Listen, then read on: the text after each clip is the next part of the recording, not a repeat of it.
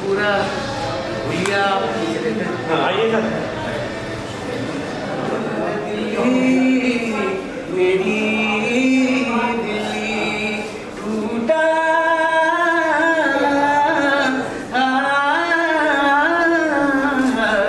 टूटा हुआ सखाब या दिल्ली मेरी दिल्ली एक धूल भरा जख्म है सजदे में झुका सर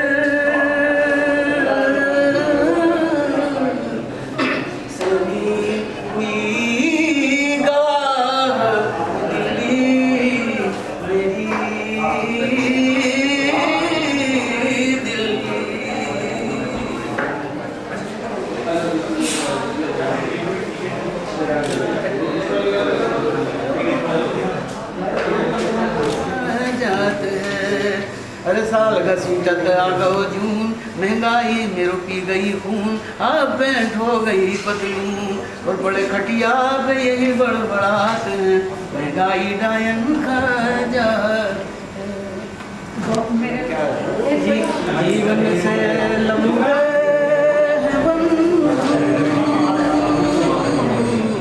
ये जीवन के रास्ते ये जीवन के रास्ते एक पल के होना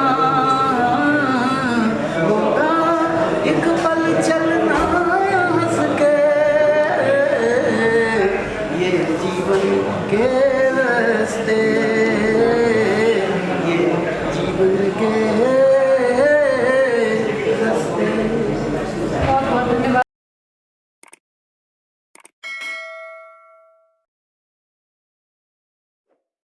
इंडिपेंडेंट फिल्म है और इसकी खासियत ये है कि जबकि सेल्फ फाइनेंस्ड है, इंडिपेंडेंट है, मगर ये पूरे ग्लोब में घुमाई है। 8 नेशनल और इंटरनेशनल अवार्ड्स जीत चुकी है। और घोड़ी को जलेबी खिलाने ले जा रही हूँ is a very unique film. और यूनिक इसलिए है कि इंडिपेंडेंट सिनेमा है, सेल्फ फाइनेंस सिनेमा है और उसने सब बैरियर्स ब्रेक करके पूरी दुनिया में चली गई है। सनडांस में, न्यू फ्रंटियर में पूरी दुनिया में सिर्फ 2 फिल्म्स थी, उसमें से हमारी घोड़े को जलेबी थी। उसके बाद MoMA museum of modern art और जो भी प्रेस्टिजियस फेस्टिवल्स हैं, Brazil, France, Canada, IFFLA, Los Angeles, all over the world and in India it's got 8 national and international awards. Despite the fact that इसमें we don't have a big star cast or we don't have thing, we have of course Raghuveer Yadav ji who is very well known and established actor. We have Ravindra Sahu who is playing the main role as Patru. We have K. Gopalan who is from Kerala and he has played the role of the loader, and we have Lokesh Jain who is also playing a role, and he as Akash Jain, and he's also written the dialogues of the film. And ये cinematic history create कर रही है पूरे world में, जो मैं चाह रही हूँ कि आप इस चीज़ के बारे में जानिए। वो कह रहे हैं कि ये एक न्यू वेव सिनेमा फिर से शुरू हो रहा है। हमने अभी रिसेंटली सोहो हाउस में भी काफ़ी अच्छे हिस्टोरियंस के सामने, अमृत गंगा और नसीर भाई, सईद मिर्जा साहब के सामने भी ये फिल्म दिखाई। तो कह रहे हैं कि पाथ ब्रेकिंग फिल्म है, एक फिर से एक नया रास्ता है और पीपल ओरिएंटेड फिल्म है। मतलब हम लोग फिर से वापस लाना चाह रहे हैं कि आम लोग फिर से स्क्रीन पे आए। इसमें 350 लोग सड़क के भी हैं जो इसमें पार्टिसिपेट कर रहे हैं, और इसमें शाहजहानाबाद की हिस्ट्री भी है, उसमें हेरिटेज भी है, और उसमें तमाम आम लोग के जो सपने हैं जो कि पहले आते थे सिनेमा में मगर अभी ओझल हो रहे हैं, हम उसको फिर वापस पर्दे पे ला रहे हैं लोगों के सामने। तो ये संक्षिप्त में फिल्म के बारे में, और उसके बाद अगर आप कुछ और पूछना चाहें या एक्टर से कुछ बात करना चाहें। मैम, घोड़े को जलेबी खिलाने ले जा रही है, ये यूनिक नाम तो कैसे, थीम क्या है इसका? हाँ देखिए, घोड़े को जलेबी खिलाने की हिस्ट्री तो ये थी कि ये बहुत पुरानी तहजीब से लिंक्ड है, और हमारी एक आंटी थी जब हम छोटे थे तो वहाँ गए थे, वो गई थी पुरानी दिल्ली, वो म्यूजिक की शिक्षा प्राप्त करती थी। तो वो तांगे वाले, उस जमाने तांगे चलते थे, आपको पता नहीं देखेंगे, उस जमाने में चलते थे। उन्होंने किसी तांगे वाले को कहा, अरे भाई हमें जरा रुक जाइए। तो तांगे वाले ने कहा, घोड़े को जलेबी खिलाने ले जा रही हूँ, अभी वक्त नहीं है।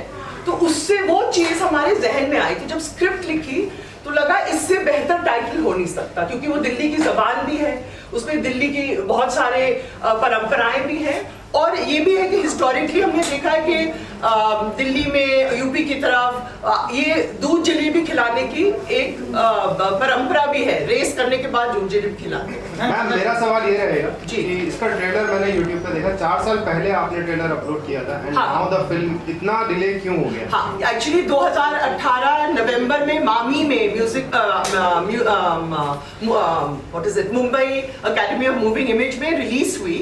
उसके बाद उसकी बहुत अच्छी यात्रा रही इंटरनेशनल फेस्टिवल में, नेशनल फेस्टिवल्स में भी। उसके बाद आ गया कोविड। हम लोग एक्चुअली 2019 में तो ट्रैवल कर रहे थे, 2020 में रिलीज करना था। 2020 में मार्च में आपको तो सब मालूम है कि पूरा देश पैंडेमिक के साथ मतलब हम लोग उलझ गए, तो रिलीज नहीं कर पाए। तो जैसे कोविड जरा संभला तो हमने शिलादित्य बोरा जी प्लेटून डिस्ट्रीब्यूशन ने कहा नहीं, हम लोग इस तरह के सिनेमा को चाहते हैं, हम चाहते हैं कि अच्छे सिनेमा जो पीपल ओरिएंटेड सिनेमा है वो लोग दर्शक तक पहुंचे। मैम जैसे कि हमने ट्रेलर में देखा, इस मूवी को जो है स्लम एरिया में थोड़ा सा शूट किया गया है, तो कितनी दिक्कतें आई आपको स्लम एरिया में शूट? हमने स्लम एरिया से ज्यादा पुरानी दिल्ली की सड़कों पे, कस्बों में, है ना, और कुछ स्लम एरियाज में, स्लम एरिया तो पीली कोठी एक शैंटी है और वहाँ भी है, मगर जनरली सड़कों पे और अब पर्टिकुलर गलियों में, चौक में हम लोगों ने शूट किया।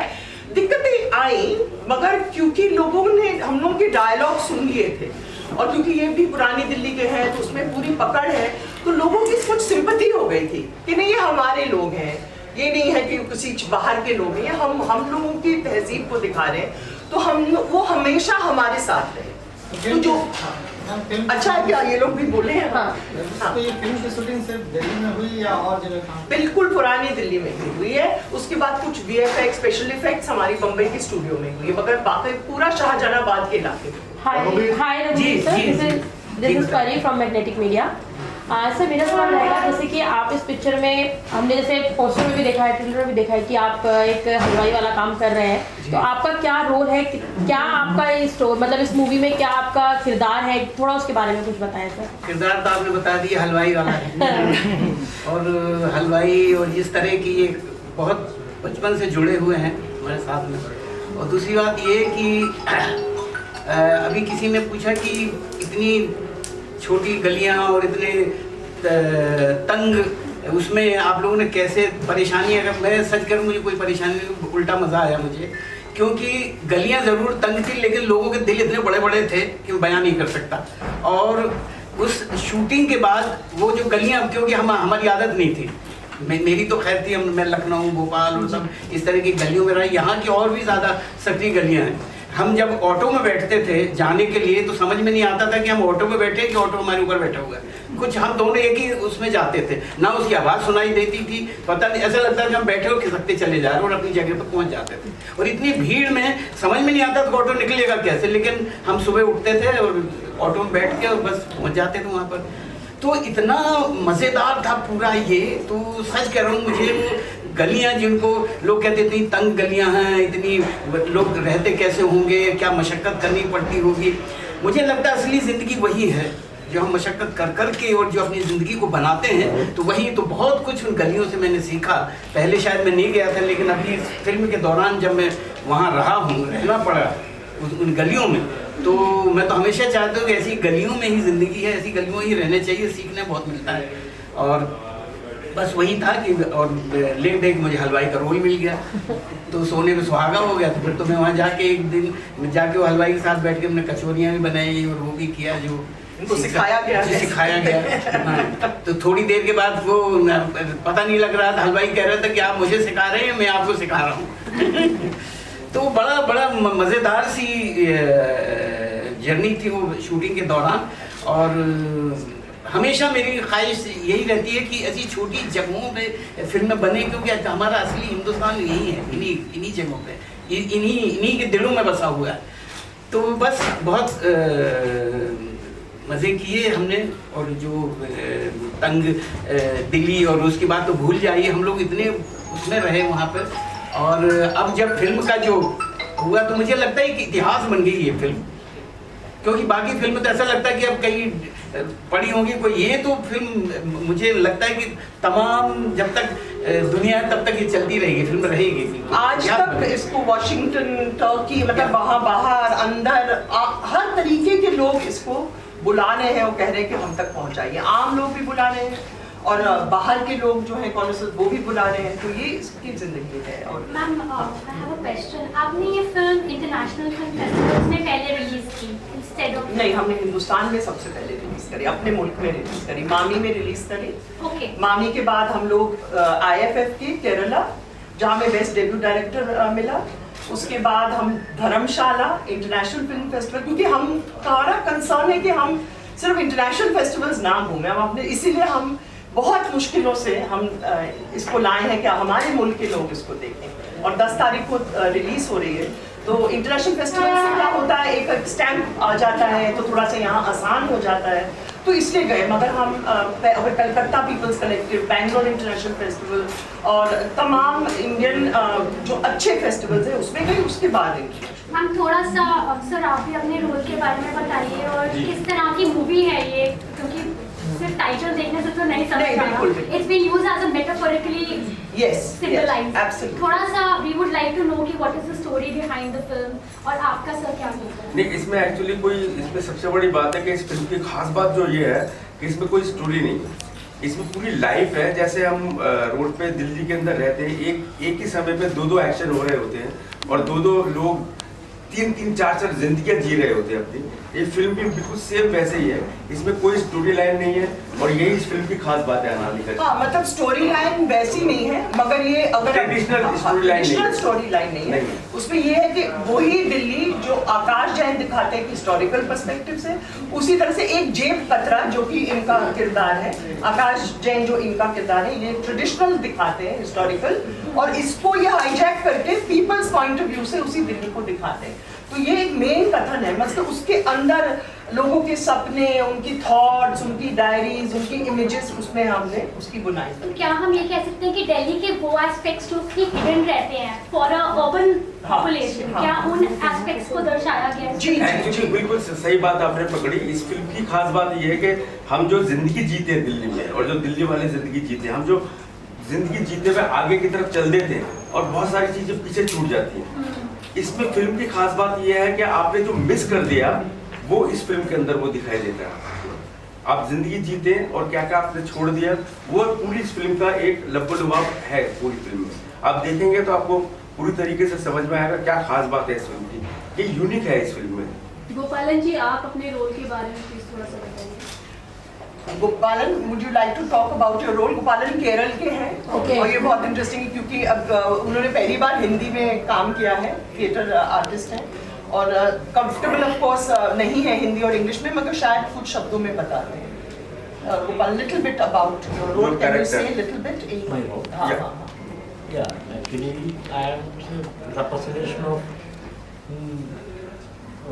class.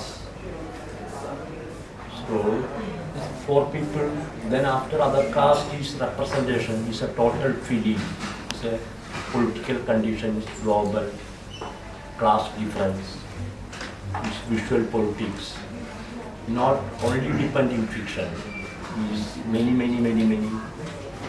it's a totality feeling. Ma'am आपसे पूछना चाहूँगी, जब ये स्टार कास्ट आपने मतलब लाइक अपॉइंट करी या आपने साइन करा, तो क्या आपके दिमाग में था कि जैसे रघुवीर सर को ही लेना है या? मैं रघुवीर यादव जी की फैन हूँ। जब से मैं NSD फर्स्ट ईयर में थी, ये हमारे सीनियर थे और ये मेरे हिसाब से one of the most fascinating actors in Indian theatre and cinema. तो मैंने बहुत, मतलब मैं इनके काम से वाकिफ हूँ। उसके बाद जो इनकी ट्रेनिंग है, इनकी ग्रोटोव्स्कियन ट्रेनिंग भी है, स्टानिस्लावस्की की भी है, इनके साथ थिएटर में भी काम किया है।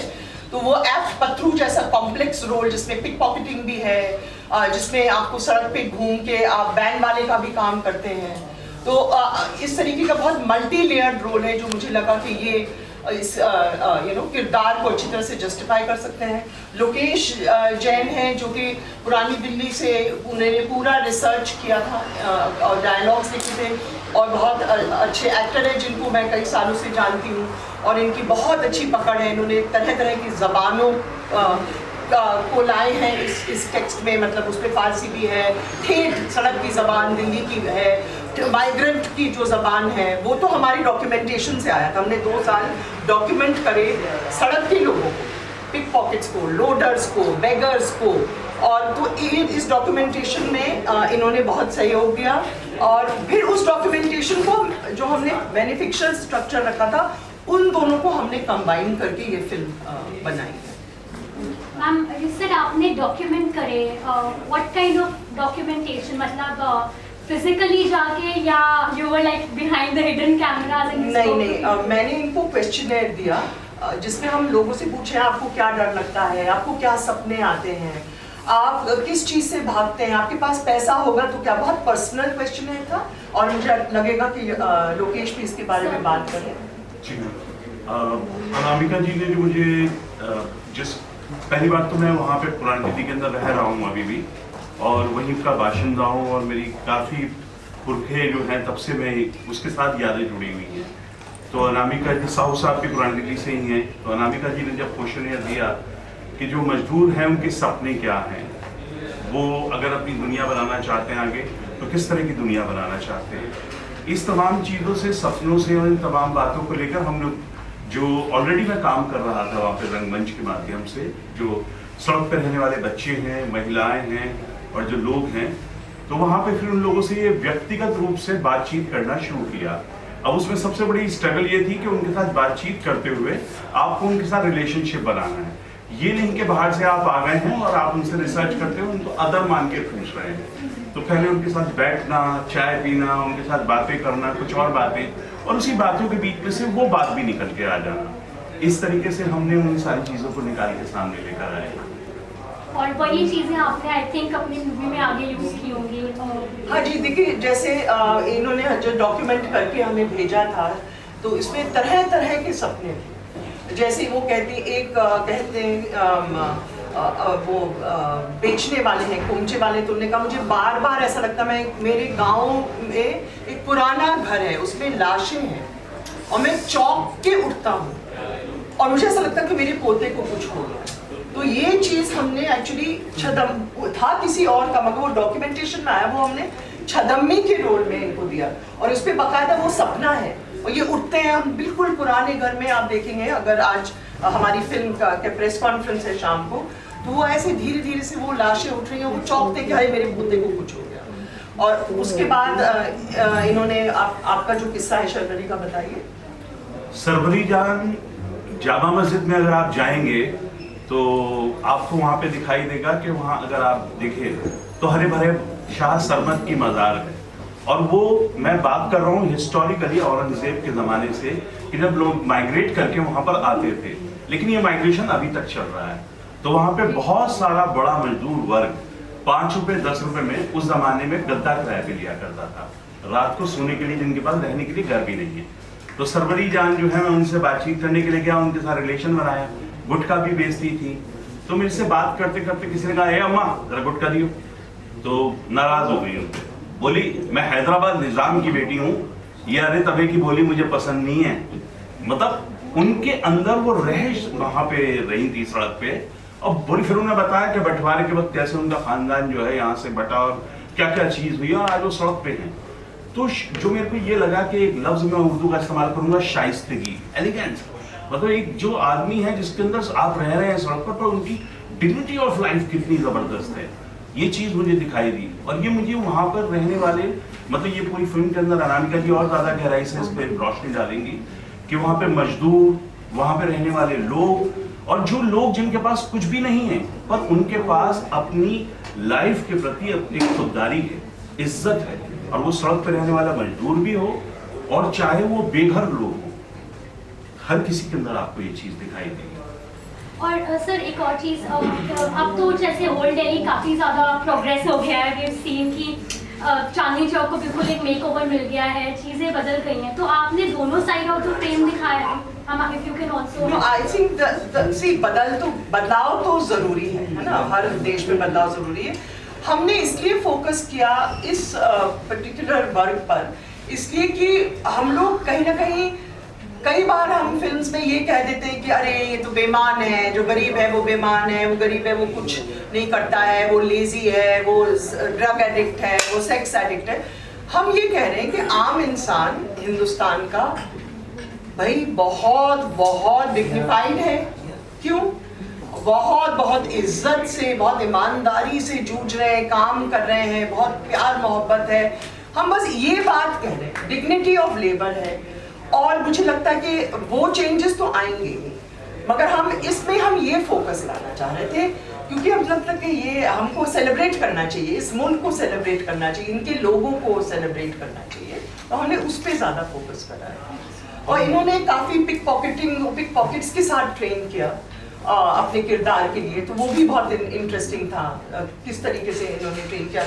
इनको भी मतलब आदत डालनी पड़ी कि एक मलयालम स्पीकिंग एक्टर होते हुए भी यहाँ के दरियागंज के एक सदर बाजार में एक लोडर के साथ वो कैसे अपने आप को एडजस्ट करें। और रघु भाई तो खैर आप सब लोग जानते हैं। So ma'am, we can call it a documentary on old Delhi, ऐसा कह सकते? ये बिल्कुल डॉक्यू फिक्शन है। आपको ये समझ में नहीं आएगा कि फिक्शन कहाँ शुरू हो रहा है और डॉक्यू कहाँ है। तो ये एकदम नया स्टाइल है। And why particularly Delhi you have chosen for this? मैं खुद दिल्ली की हूँ, बहुत पुराना मेरा संबंध है।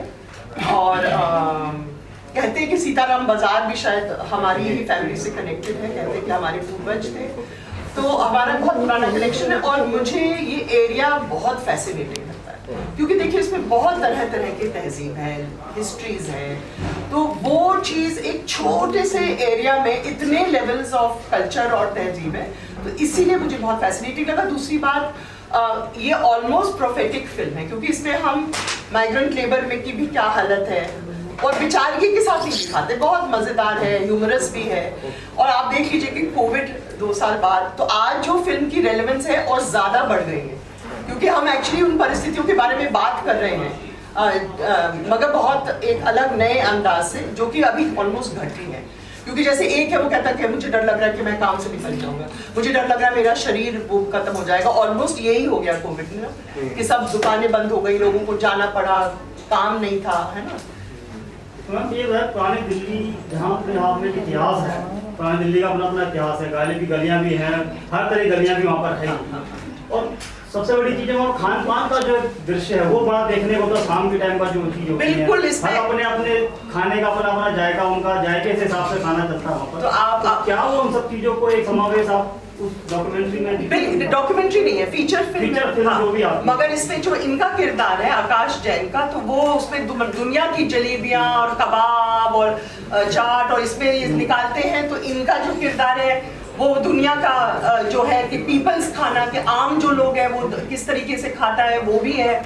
और इनका जो है ये मतलब खोमचा बेच रहे हैं तो उसमें बड़ी ट्रेडिशनल पकवान है, मेनली ऑफ कोर्स कचौरी है, मगर तो ये इस सब खान पान लोगों का और पुराने उसका आज जो है प्लस माइग्रेंट लेबर, ये तमाम चीजें फ्यूजन है इसमें। एक्चुअली दिल्ली को आप खाने से अलग कर ही नहीं सकते। दिल्ली में आएंगे और अगर आपने नहीं खाया, हम लोग तो प्लान कर रहे हैं अभी कि अब शाम को क्या करेंगे फिल्म से पहले, करीब जाएंगे, ये चांदनी चौक जाके जलेबी और समोसा खाएंगे, अभी प्लान कर रहे थे हम लोग ये सोचते हुए। और इसकी फेस्टिविटी जो है, जो पुरानी दिल्ली में रहने वाले जो लोग हैं वो हर लम्हे को उस तरीके से जीते हैं, लोग भी आके जीना चाहते हैं उस चीज को। फूड बॉक्स होते हैं सर, स्पेशली फूड बॉक्स जी, फूड बॉक्स है। और इसके अलावा अगर आप देखें, जैसे फिल्म के अंदर एक जगह बात आती है कि शाह आलम के पड़पोते जो हैं उनके बारे में वो बात कर रहे हैं कि मिर्जा चपाती जो है पतंगबाज थे, और पतंगों के नाम ही इतने बढ़िया बढ़िया हैं कि मतलब शक्करपारा और अपनी चांद तारा,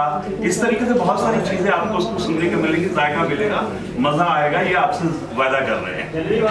एक और मैं यहाँ दिल्ली में जी मोटी मोटी जलेबी वाला भी है जी हाँ, बिल्कुल है, वो भी है हमारी फिल्म में। आप लीजिए, 10 जून से रिलीज भी हो रही है, आज प्रेस शो भी है, तो प्लीज आप आके देखिए और देखिए कि आपको अच्छा लग रहा है, कैसा लग रहा है, अपना बयान दीजिए, बहुत अच्छा लगेगा। और एक और मुझे लगता है कि यहाँ पर दिल्ली में जहाँ के खाने पीने की बात चलती है, खाने का, तो मुझे ऐसा लगता है जो भी दुकानें जो मशहूर हैं और वो है, मुझे ऐसा लगता है कि ये दुकान चलाने के नहीं खिलाते, ये खिलाने के लिए दुकान चलाते हैं। सच कह रहा हूँ, इतनी मोहब्बत है, इतना मोहब्बत मिलता नहीं है कहीं, आप पूरे ढूंढ डालिए, तो ये बड़ी खूबसूरती है।